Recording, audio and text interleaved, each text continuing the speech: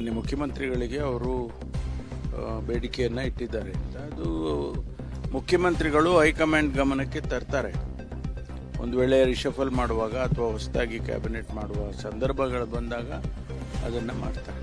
ಭಾಳ ಉಪಯೋಗವಾಗಿಲ್ಲ ಸರ್, ಯಾಕಂದರೆ 2-3 ಬಾರಿ ಗೆದ್ದಿರೋರು ನಿನ್ನೆ ಕೂಡ ಅವರು ಮುಖ್ಯಮಂತ್ರಿಗಳು ಭೇಟಿಯಾಗಿದ್ದು ಹೈಕಮಾಂಡ್ನ ಭೇಟಿ ಆಗ್ತೀವಿ ಮುಖ್ಯಮಂತ್ರಿಗಳಿಗೂ ಕನ್ವೆ ಮಾಡಿದ್ದಾರೆ. ಅಂದರೆ MLCಗಳು ಒತ್ತಾಯ ಮಾಡ್ತಿದ್ದಾರೆ, ಅವರು ಹೈಕಮಾಂಡ್ ನಾಯಕರು ಭೇಟಿ ಮಾಡಿದ್ದಾರೆ. ಎಷ್ಟು ಪ್ರೆಷರ್ ಇದೆ ಸರ್ ಈ ಸಚಿವ ಸಂಪುಟ ಹೊಸದಾಗಿ ಮಾಡುವಾಗ ಅಥವಾ ಪುನರ್ರಚನೆ ಮಾಡುವಾಗ ಇದೆಲ್ಲ ಸ್ವಾಭಾವಿಕವಾಗಿ ನಡೀತಕ್ಕಂಥ ಪ್ರಕ್ರಿಯೆ.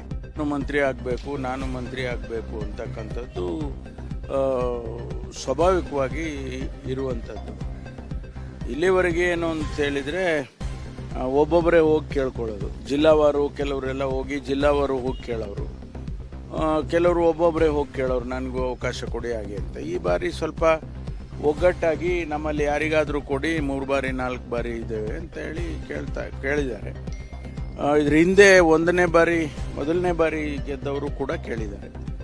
ಅದು ಹೈಕಮಾಂಡ್ ಅವರು ನಿರ್ಧಾರ ಮಾಡಬೇಕು. ಇಲ್ಲ, ಇದು ತಪ್ಪು ಅಂತ ಹೇಳಿದ್ರೆ ಅವ್ರು ಮಾಡ್ತಾರೆ.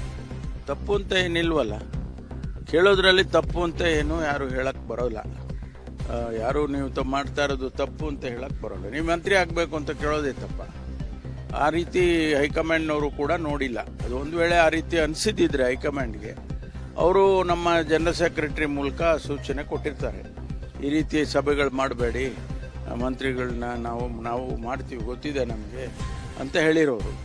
ಆದರೆ ಇದು ತಪ್ಪು ಅಂತ ಅವ್ರಿಗೇನು ಕಾಣಿಸ್ತಾ ಇಲ್ಲ.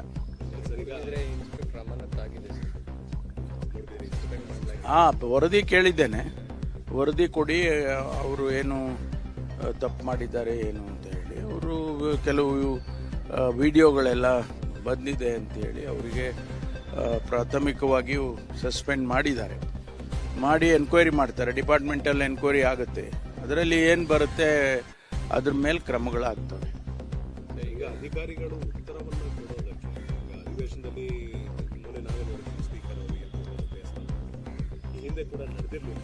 ಅಧಿಕಾರಿಗಳ ನಿರ್ಲಕ್ಷ್ಯತನ ಈಗ ಕಾಣ್ತಾ ಇದೆಯಾ? CM ರವರೇ ಪತ್ರ ಬರೆದು ರಿಕ್ವೆಸ್ಟ್ ಮಾಡ್ತಾರೆ. ಇಲ್ಲ, ಈಗಾಗಲೇ 3-4 ಬಾರಿ ಇದನ್ನು ಪ್ರಸ್ತಾಪ ಮಾಡಿದ್ದಾರೆ ಸದನದಲ್ಲಿ, ಅಸೆಂಬ್ಲಿಯಲ್ಲಿ, ಕೌನ್ಸಿಲಲ್ಲೂ ಮಾಡಿದ್ದಾರೆ.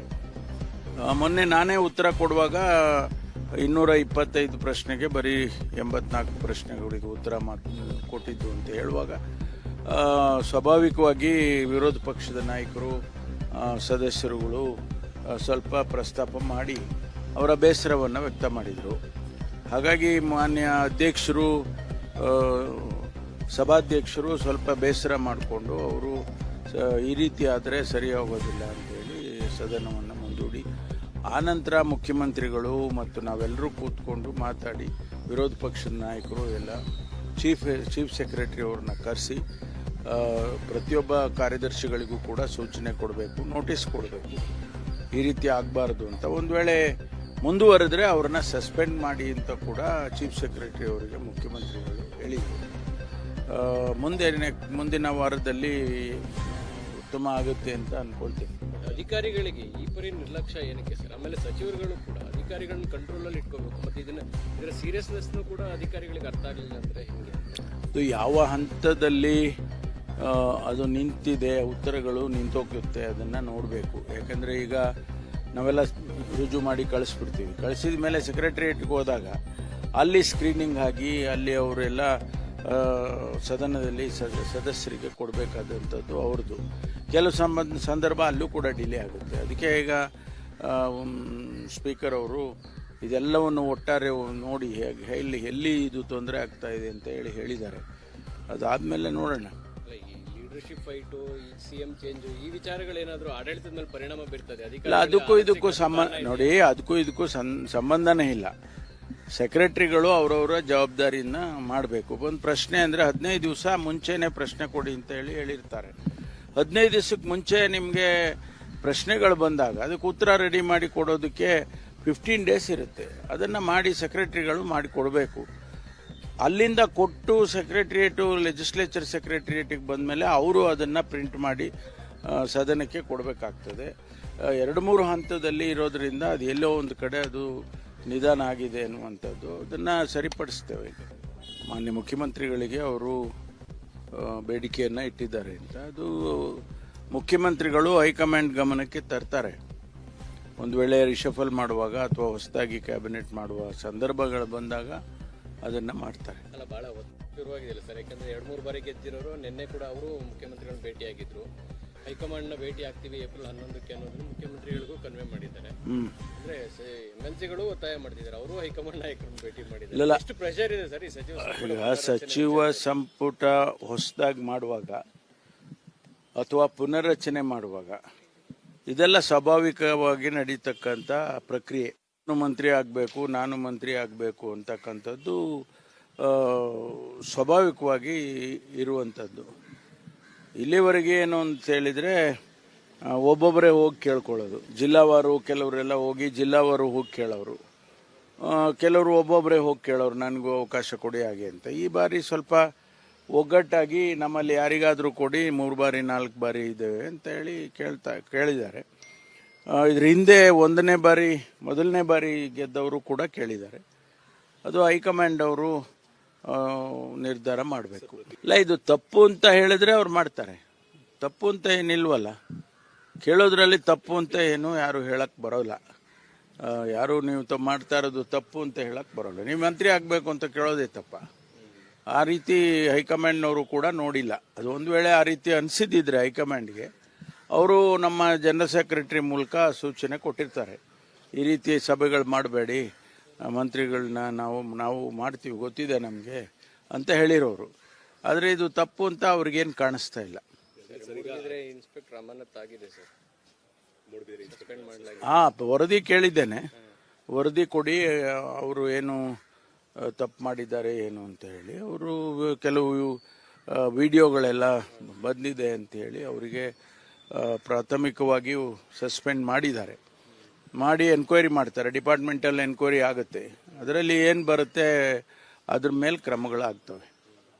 ಈಗ ಅಧಿಕಾರಿಗಳು ಉತ್ತರವನ್ನ ಕೊಡೋದಕ್ಕೆ ಈಗ ಅಧಿವೇಶನದಲ್ಲಿ ಮೊನ್ನೆ ನಾವೇ ನೋಡಿದ್ದೀವಿ, ಸ್ಪೀಕರ್ ಅವರು ಎದ್ದು ಹೋದ್ರು, ಬೇಸರ ಮಾಡಿದ್ರು. ಈ ಹಿಂದೆ ಕೂಡ ನಡೆದಿರಲಿಲ್ಲ. ಅಧಿಕಾರಿಗಳ ನಿರ್ಲಕ್ಷ್ಯತನ ಈಗ ಕಾಣ್ತಾ ಇದೆಯಾ? CM ರವರೇ ಪತ್ರ ಬರೆದು ರಿಕ್ವೆಸ್ಟ್ ಮಾಡೋ ಥರ ಆಗಿದೆಯಾ? ಇಲ್ಲ, ಈಗಾಗಲೇ 3-4 ಬಾರಿ ಇದನ್ನು ಪ್ರಸ್ತಾಪ ಮಾಡಿದ್ದಾರೆ ಸದನದಲ್ಲಿ, ಅಸೆಂಬ್ಲಿಯಲ್ಲಿ, ಕೌನ್ಸಿಲಲ್ಲೂ ಮಾಡಿದ್ದಾರೆ. ಮೊನ್ನೆ ನಾನೇ ಉತ್ತರ ಕೊಡುವಾಗ 225 ಪ್ರಶ್ನೆಗೆ ಬರೀ 84 ಪ್ರಶ್ನೆಗಳಿಗೆ ಉತ್ತರ ಕೊಟ್ಟಿದ್ದು ಅಂತ ಹೇಳುವಾಗ ಸ್ವಾಭಾವಿಕವಾಗಿ ವಿರೋಧ ಪಕ್ಷದ ನಾಯಕರು, ಸದಸ್ಯರುಗಳು ಸ್ವಲ್ಪ ಪ್ರಸ್ತಾಪ ಮಾಡಿ ಅವರ ಬೇಸರವನ್ನು ವ್ಯಕ್ತ ಮಾಡಿದರು. ಹಾಗಾಗಿ ಮಾನ್ಯ ಅಧ್ಯಕ್ಷರು, ಸಭಾಧ್ಯಕ್ಷರು ಸ್ವಲ್ಪ ಬೇಸರ ಮಾಡಿಕೊಂಡು ಅವರು ಈ ರೀತಿ ಆದರೆ ಸರಿ ಹೋಗೋದಿಲ್ಲ ಅಂಥೇಳಿ ಸದನವನ್ನು ಮುಂದೂಡಿ, ಆನಂತರ ಮುಖ್ಯಮಂತ್ರಿಗಳು ಮತ್ತು ನಾವೆಲ್ಲರೂ ಕೂತ್ಕೊಂಡು ಮಾತಾಡಿ ವಿರೋಧ ಪಕ್ಷದ ನಾಯಕರು ಎಲ್ಲ ಚೀಫ್ ಸೆಕ್ರೆಟರಿ ಅವ್ರನ್ನ ಕರೆಸಿ ಪ್ರತಿಯೊಬ್ಬ ಕಾರ್ಯದರ್ಶಿಗಳಿಗೂ ಕೂಡ ಸೂಚನೆ ಕೊಡಬೇಕು, ನೋಟಿಸ್ ಕೊಡಬೇಕು, ಈ ರೀತಿ ಆಗಬಾರ್ದು ಅಂತ. ಒಂದು ವೇಳೆ ಮುಂದುವರೆದ್ರೆ ಅವ್ರನ್ನ ಸಸ್ಪೆಂಡ್ ಮಾಡಿ ಅಂತ ಕೂಡ ಚೀಫ್ ಸೆಕ್ರೆಟರಿ ಅವರಿಗೆ ಮುಖ್ಯಮಂತ್ರಿಗಳು ಹೇಳಿದರು. ಮುಂದಿನ ವಾರದಲ್ಲಿ ಉತ್ತಮ ಆಗುತ್ತೆ ಅಂತ ಅನ್ಕೊಳ್ತೀನಿ. ಬಟ್ ಅಧಿಕಾರಿಗಳಿಗೆ ಈ ಪರಿ ನಿರ್ಲಕ್ಷ್ಯ ಏನಕ್ಕೆ ಸರ್? ಆಮೇಲೆ ಸಚಿವರುಗಳು ಕೂಡ ಅಧಿಕಾರಿಗಳನ್ನ ಕಂಟ್ರೋಲಲ್ಲಿ ಇಟ್ಕೋಬೇಕು, ಮತ್ತು ಇದರ ಸೀರಿಯಸ್ನೆಸ್ನು ಕೂಡ ಅಧಿಕಾರಿಗಳಿಗೆ ಅರ್ಥ ಆಗಲಿಲ್ಲ ಅಂದರೆ ಹೆಂಗೆ ಅಂತ. ಇದು ಯಾವ ಹಂತದಲ್ಲಿ ಅದು ನಿಂತಿದೆ, ಉತ್ತರಗಳು ನಿಂತೋಗುತ್ತೆ, ಅದನ್ನು ನೋಡಬೇಕು. ಯಾಕಂದರೆ ಈಗ ನಾವೆಲ್ಲ ರುಜು ಮಾಡಿ ಕಳಿಸ್ಬಿಡ್ತೀವಿ. ಕಳಿಸಿದ ಮೇಲೆ ಸೆಕ್ರೆಟರಿಯೇಟ್ಗೆ ಹೋದಾಗ ಅಲ್ಲಿ ಸ್ಕ್ರೀನಿಂಗ್ ಆಗಿ ಅಲ್ಲಿ ಅವರೆಲ್ಲ ಸದನದಲ್ಲಿ ಸದಸ್ಯರಿಗೆ ಕೊಡಬೇಕಾದಂಥದ್ದು ಅವ್ರದ್ದು. ಕೆಲವು ಸಂದರ್ಭ ಅಲ್ಲೂ ಕೂಡ ಡಿಲೇ ಆಗುತ್ತೆ. ಅದಕ್ಕೆ ಈಗ ಸ್ಪೀಕರ್ ಅವರು ಇದೆಲ್ಲವನ್ನು ಒಟ್ಟಾರೆ ನೋಡಿ ಎಲ್ಲಿ ಇದು ತೊಂದರೆ ಆಗ್ತಾ ಇದೆ ಅಂತ ಹೇಳಿದ್ದಾರೆ. ಅದಾದಮೇಲೆ ನೋಡೋಣ. ಈ ಲೀಡರ್ಶಿಪ್ ಫೈಟು, ಈ CM ಚೇಂಜು, ಈ ವಿಚಾರಗಳೇನಾದರೂ ಆಡಳಿತದ ಮೇಲೆ ಪರಿಣಾಮ ಬೀರ್ತದೆ? ಅದಕ್ಕೂ ಇದಕ್ಕೂ ಸಂಬಂಧನೇ ಇಲ್ಲ. ಸೆಕ್ರೆಟರಿಗಳು ಅವರವರ ಜವಾಬ್ದಾರಿಯನ್ನು ಮಾಡಬೇಕು. ಒಂದು ಪ್ರಶ್ನೆ ಅಂದರೆ 15 ದಿವಸ ಮುಂಚೆನೇ ಪ್ರಶ್ನೆ ಕೊಡಿ ಅಂತ ಹೇಳಿರ್ತಾರೆ.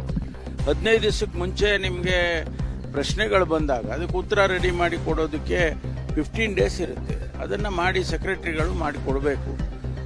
ಅಲ್ಲಿಂದ ಕೊಟ್ಟು ಸೆಕ್ರೆಟರಿಯೇಟು ಲೆಜಿಸ್ಲೇಚರ್ ಸೆಕ್ರೆಟರಿಯೇಟಿಗೆ ಬಂದ ಮೇಲೆ ಅವರು ಅದನ್ನು ಪ್ರಿಂಟ್ ಮಾಡಿ ಸದನಕ್ಕೆ ಕೊಡಬೇಕಾಗ್ತದೆ. 2-3 ಹಂತದಲ್ಲಿ ಇರೋದ್ರಿಂದ ಅದು ಎಲ್ಲೋ ಒಂದು ಕಡೆ ಅದು ನಿಧಾನ ಆಗಿದೆ ಅನ್ನುವಂಥ